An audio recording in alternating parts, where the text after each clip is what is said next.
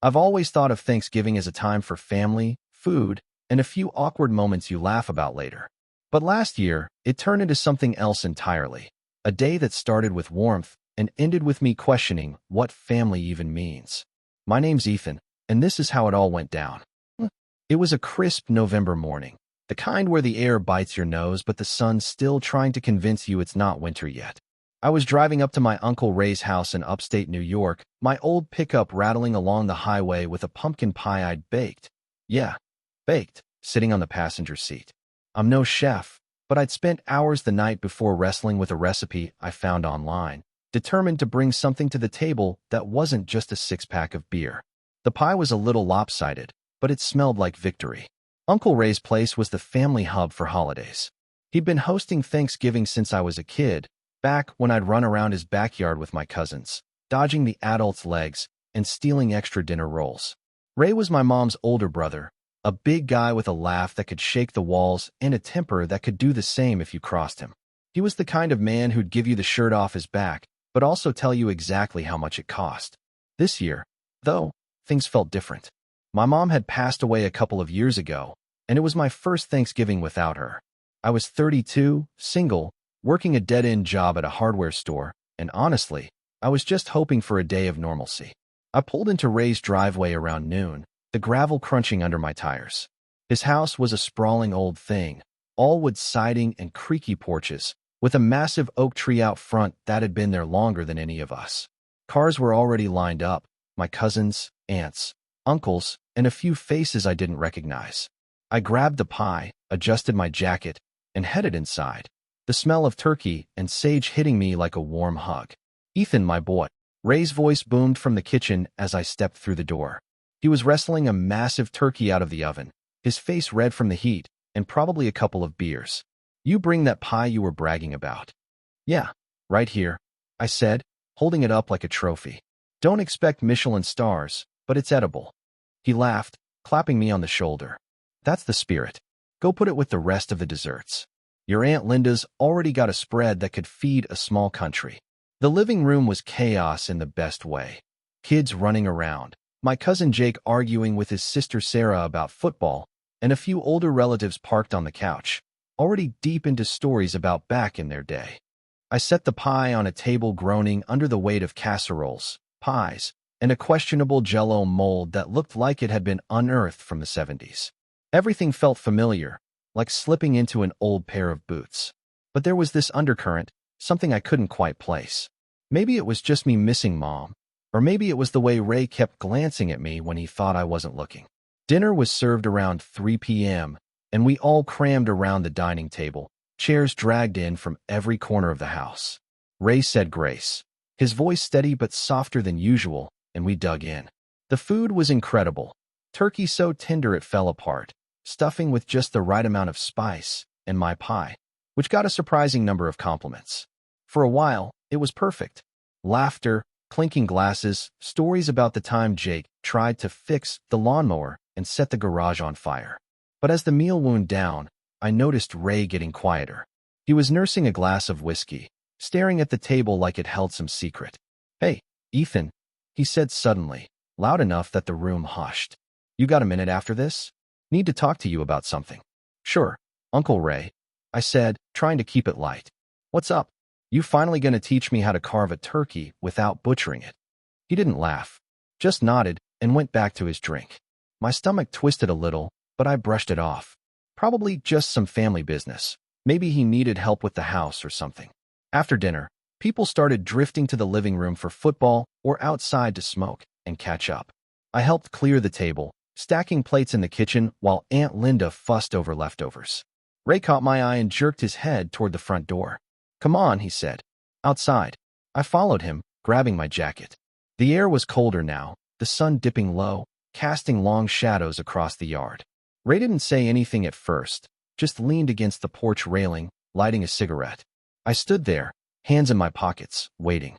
Finally, he spoke. "Ethan, you know I've always thought of you as family," he started, his voice low. "Your mom, she was my little sister. Loved her to death.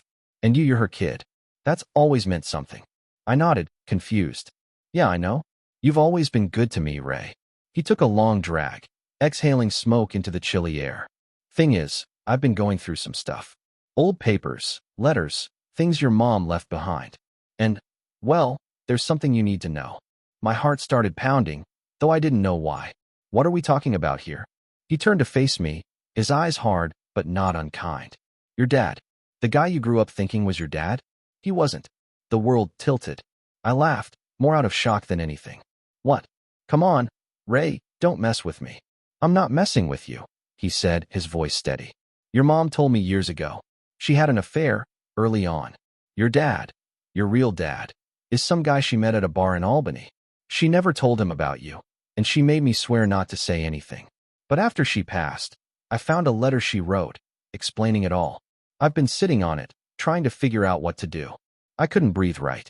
My dad, Tom, the guy who'd raised me, who'd taught me how to throw a baseball and yelled at me for sneaking out at 16, wasn't my dad? It didn't compute. Ray, this is crazy. Why are you telling me this now? Because you deserve to know, he said, flicking his cigarette into the dirt. And because I don't know if I can keep treating you like you're one of us. Not when I know the truth. I stared at him, my brain scrambling to catch up. What the hell does that mean? He sighed, looking older than I'd ever seen him. This family, we've got history. Blood matters to some of us. To me. I've been wrestling with this, Ethan, I have. But I can't look at you the same way anymore. You're not family. Not really. The words hit like a punch. I stepped back, my boots crunching on the gravel. You're serious? You're standing here, on Thanksgiving, telling me I'm not family because of some guy my mom slept with 30 years ago. It's not just that, he said, but his voice wavered. It's everything. The way we've built this, the traditions, the name. I don't know how to fit you into it anymore. I wanted to yell, to grab him by the collar and shake him until he took it back. But I just stood there, my hands shaking. So what, Ray? You want me to leave? Pretend I don't exist? He didn't answer right away. Just looked at the ground, then back at the house. I don't know what I want, but I needed to be honest with you. Honest. The word burned. I turned and walked back inside, my head spinning. The warmth of the house felt suffocating now, the laughter from the living room like it belonged to someone else's life. I grabbed my coat and keys, ignoring Aunt Linda's confused, "You leaving already?" as I headed for the door. Ray was still on the porch, blocking the way. Ethan, wait. No, I said, my voice low but firm. You don't get to drop that on me and then act like it's nothing. You want to talk blood? Fine. But family's more than that. And if you can't see it, that's on you. I pushed past him, got in my truck, and drove. I didn't know where I was going, just away. The pie dish was still in the house, forgotten, like me. The highway stretched out, dark and empty, and I kept replaying Ray's words. You're not family. My mom's face flashed in my mind. Her smile, her voice telling me to be good, to stick by family. Had she known this would happen? Had she kept the secret to protect me from this exact moment? I ended up at a diner off the interstate, one of those 24-hour joints with flickering neon signs. I sat in a booth, nursing a coffee, staring at the cracked vinyl table. The waitress, a woman with kind eyes and a name tag that said Barb, asked if I was okay. I didn't know how to answer. Was I okay? My whole life felt like it had been rewritten in a single conversation. Over the next few hours, I thought about my dad, Tom, the man who'd raised me. He died when I was 20, a heart attack that came out of nowhere. He wasn't perfect, but he was there. He'd shown up to my baseball games, grounded me when I deserved it, loved my mom even when they fought. Did it matter that his blood wasn't mine?